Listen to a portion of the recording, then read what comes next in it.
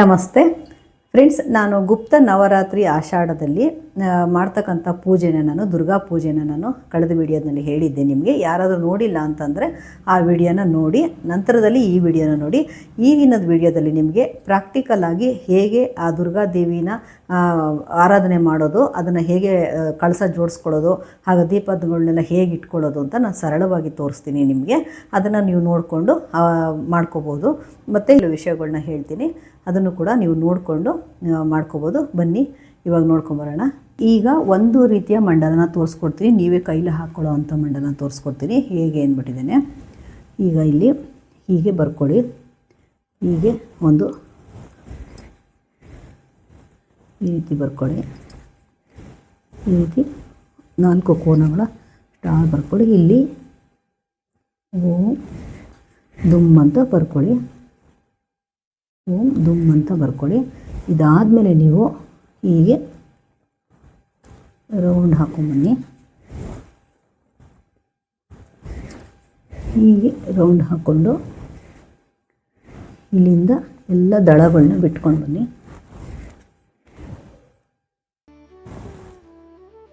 ಚೆನ್ನಾಗಿ ಅಭ್ಯಾಸ ಮಾಡಿದ್ರೆ ಬರುತ್ತೆ. ನಾನು ಟೆನ್ಸಿಲ್ಸಲ್ಲೇ ಹಾಕೊಂಡ್ಬಿಡ್ತೀನಿ, ಹಾಗಾಗಿ ನನಗೂ ಏನು ಅಷ್ಟೊಂದೇನು ಅಭ್ಯಾಸ ಇಲ್ಲ. ಹೀಗೆ ಸುತ್ತ ಎಲ್ಲ ದಳಗಳನ್ನ ಬಿಟ್ಟು ಕೈನಲ್ಲೇ ನೀವು ದುರ್ಗಾ ಹಾಕ್ಕೊತೀನಿ ಅಂತಂದರೆ ಹಾಕೋಬೋದು, ಅಥವಾ ಟೆನ್ಸಿಲ್ಸ್ ಉಪಯೋಗಿಸ್ತೀನಿ ಅಂದರೂ ಕೂಡ ಉಪಯೋಗಿಸ್ಬೋದು. ಮತ್ತು ಒಂದು ರೌಂಡ್ ಹಾಕಿ ಈ ರೀತಿ ಮಂಡಲನ ಹಾಕ್ಕೊಂಡೋಗಿ ಮತ್ತು ಹೀಗೆ ಮಾಡ್ಕೊಂಬನ್ನಿ. ಒಂಚೂರು ಹೆಚ್ಚು ಕಡಿಮೆ ಆದರೂ ಏನೂ ಆಗಲ್ಲ. ನಾವು ತಾಯಿಗೆ ಮಾಡಬೇಕು ಸೇವೆ ಅಂತ ಮಾಡ್ತೀವಲ್ವ, ಅದರಿಂದ ತಾಯಿ ಪ್ರೀತಿ ಆಗ್ತದೆ, ಏನೂ ತೊಂದರೆ ಆಗಲ್ಲ. ಹೀಗೆ ಮಾಡಿ, ಹೀಗೆ ಮಾಡಿದ್ಮೇಲೆ ಮತ್ತೆ ಹಿಂಗೆ ದಳಗಳು ಹಾಕ್ಕೊಳ್ಳಿ ಬೇಕಿದ್ರೆ. ಇಲ್ಲ ಅಂದರೆ ಈಗ ನೀವು ಹೀಗೆ ಮಾಡಬೇಕು, ಮತ್ತು ಹೀಗೆ ಹಾಕ್ಕೋಬೇಕು. ಮತ್ತು ಇಲ್ಲಿ ಹೀಗೆ ಇಲ್ಲೂ ಕೂಡ ಹೀಗೆ ಹಾಕಿ ಎಲ್ಲ ಕಡೆಗೂ ಈ ಥರ ಮಾಡ್ಕೊಂಬನ್ನಿ.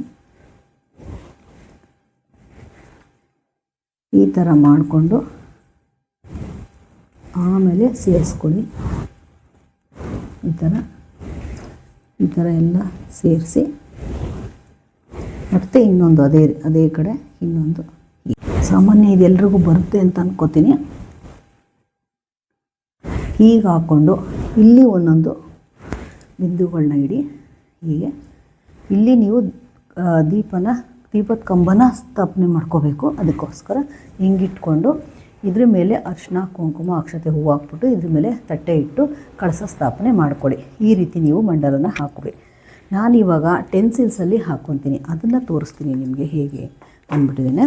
ನಾನು ಮಾಡಬೇಕಾದ್ರೆ ಹೀಗೆ ಟೆನ್ಸಿಲ್ಸೇ ಉಪಯೋಗಿಸಿ ಮಾಡ್ಕೊತೀನಿ. ಇವಾಗೆಲ್ಲ ಸಿಗುತ್ತಲ್ವ, ಎಲ್ಲ ಅಮೆಝಾನಲ್ಲಿ ಸಿಗುತ್ತೆ, ಗಂಧಿಗೆ ಅಡುಗೆಗಳಲ್ಲಿ ಸಿಗುತ್ತೆ, ಜಯನಗರ ಮತ್ತು ಗಾಂಧಿ ಬಜಾರು, ಸಾಮಾನ್ಯ ಎಲ್ಲ ಕಡೆ ಸಿಗುತ್ತೆ. ನೀವು ಈಸಿಯಾಗಿ ಸಿಗೋದು ಅಂದರೆ ಅಮೆಝಾನಲ್ಲಿ ಸಿಗುತ್ತೆ ನಿಮಗೆ.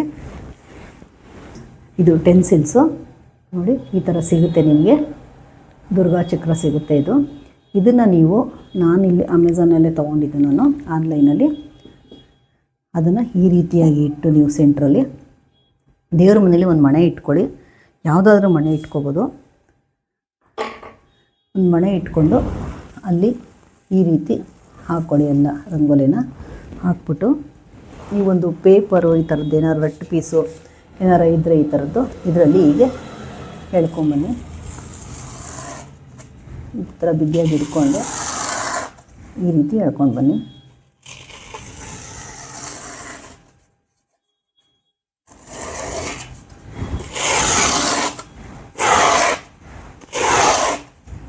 ಈ ರೀತಿ ಆ ಕಡೆಯಿಂದ ಈ ಕಡೆಗೆ ಎಳ್ಕೊಂಬಂದರೆ ನೀಟಾಗಿ ಬರುತ್ತೆ. ಈ ರೀತಿ ಇದನ್ನು ಇವಾಗ ನೀವು ಎತ್ತಿಬಿಟ್ರೆ ನೀಟಾಗಿ ಬಂದಿರುತ್ತೆ. ನೋಡಿ ಎಷ್ಟು ಚೆನ್ನಾಗಿ ಬಂದಿದೆ ರಂಗೋಲಿ. ನನಗೆ ಈ ಥರ ಡ್ರಾಯಿಂಗ್ ನಾವು ಮಾಡಲಿಕ್ಕೆ ಬರೋಲ್ಲ, ಅದಕ್ಕೋಸ್ಕರ ನಾನು ಟೆನ್ಸಿಲ್ಸ್ ತೊಗೋದೆ. ನನಗೆ ತುಂಬ ಇಷ್ಟ ಈ ಥರ ನೋಡಲಿಕ್ಕೆ. ಅದ್ರ ಮೇಲೆ ನಾನೇನು ಮಾಡ್ತೀನಿ ಅಂತಂದರೆ ಇನ್ನು ಎಕ್ಸ್ಟೆಂಡ್ ಮಾಡಿಕೊಂಡು ರಂಗೋಲಿನ ಹೀಗೆ ಬಿಟ್ಕೊತೀನಿ. ಈಗ 2 ಎಳೆ ರಂಗೋಲಿನ ಈ ರೀತಿ ಹಾಕ್ಕೊತೀನಿ. ಹಾಕ್ಕೊಂಡು ನೋಡಿ ಈ ರೀತಿ ಹಾಕ್ಕೊತೀನಿ. ಈ ರೀತಿ ಸುತ್ತ ಈ ರೀತಿ ರಂಗೋಲಿನ ಹಾಕ್ಕೊತೀನಿ. ಹಾಕ್ಕೊಂಡು ಇಲ್ಲಿ ಹೀಗೆ ಮಾಡ್ಕೊತೀನಿ.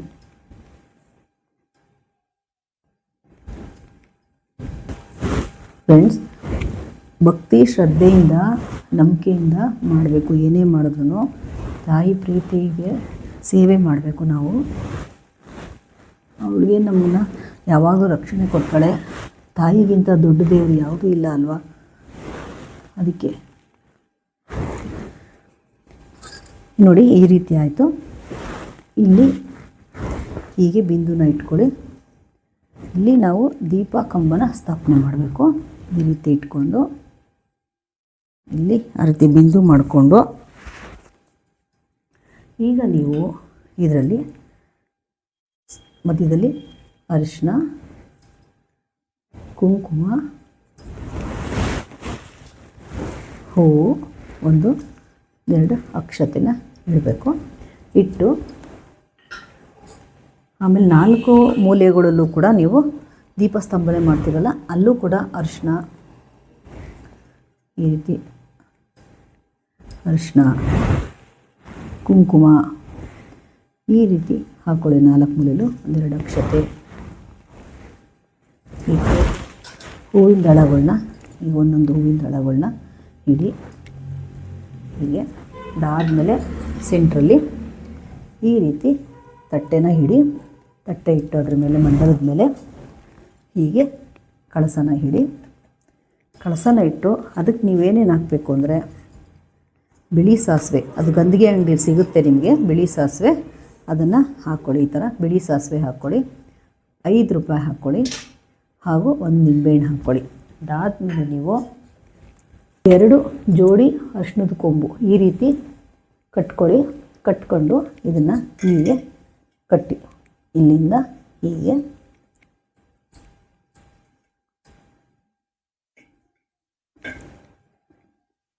ಹೀಗೆ ಕಟ್ಕೊಳ್ಳಿ.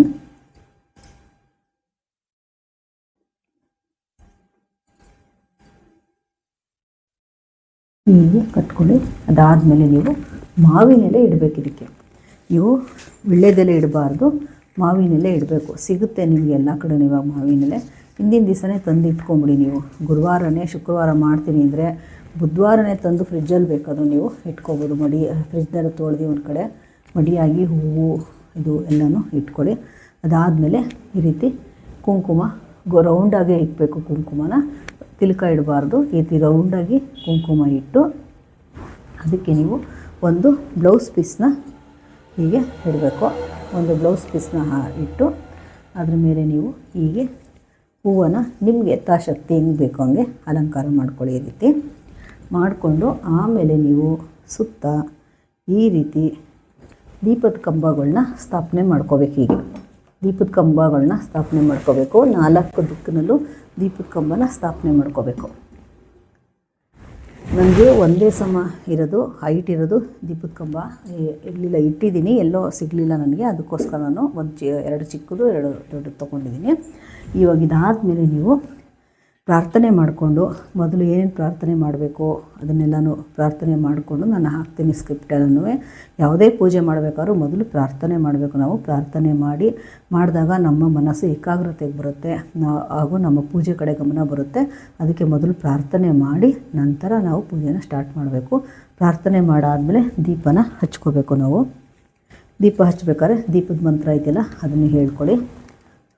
ಹೀಗೆ सा जं तीव्रत संयुक्तं मुनिना युजितमया गृहाण मंगलम ज्योतिं त्रैलोक्यं तिमिरापहा भक्त्या दीपं प्रयच्छामि देवाय परमात्मने त्राहि मामर्कात् घोरा दिव्य ज्योतिर्नमोऽस्तु ते असतो मा सद्गमय तमसो मा ज्योतिर्गमय मृत्योर्मा अमृतंगमय ओम शांति शांति शांतिः ಅಂತ ಹೇಳಿ ಹೂವು ಅಕ್ಷತೆ ಅರಿಶಿನ ಕುಂಕುಮ ಎಲ್ಲ ಇಟ್ಟು ಇದಕ್ಕೆ ಎಲ್ಲ ದೀಪಗಳಿಗೂ ಅರಿಶಿನ ಕುಂಕುಮ ಅಕ್ಷತೆನ ಹಾಕ್ಕೊಂಬರ್ಬೇಕು. ಹೀಗೆ ಒಂದೊಂದು ಹೂವನ್ನ ಇಟ್ಕೊಂಬರ್ಬೇಕು. ಇಟ್ಕೊಂಡು ಬಂದು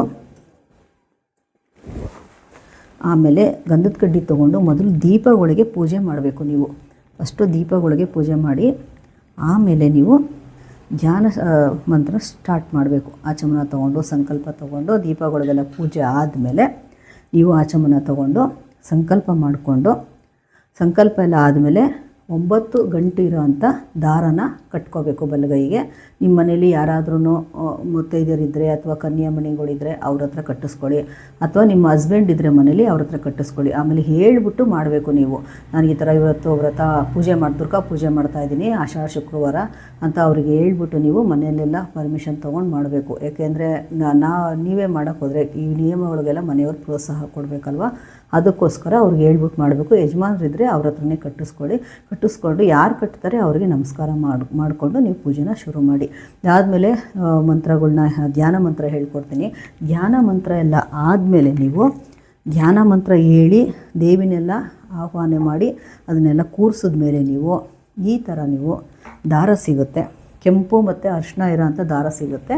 ನಾನು ಈ ಥರ ದಾರ ತೊಗೊಂಡಿದ್ದೀನಿ. ನಿಮ್ಗೆ ಈ ಥರ ದಾರ ಬೇಕಾದ್ರೂ 5 ಕಲರ್ ದಾರ ಬೇಕಾದ್ರೂ ತೊಗೋಬೋದು. ಕೆಂಪು ಅರಿಶಿನ ಇರೋಂಥ ದಾರನೂ ಸಿಗುತ್ತೆ, ಅದನ್ನು ತೊಗೋಬೋದು. ನೀವು ತೊಗೊಂಡು ನೀವೇನು ಮಾಡಬೇಕು ಅಂತಂದರೆ ಇಲ್ಲಿ ಈ ಥರ ದೀಪಕ್ಕೆ ಪೂಜೆ ಎಲ್ಲ ಮಾಡಿ ಆಹ್ವಾನ ಮಾಡಿ ತಾಯಿನೆಲ್ಲ ಕೂರಿಸ್ಕೊಂಡ್ಮೇಲೆ ನೀವು ಆ ದೀಪದಿಂದ ಈ ಥರ ನೀವು ಸೂತ್ರನ ಬಿಟ್ಕೊಂಬರಬೇಕು.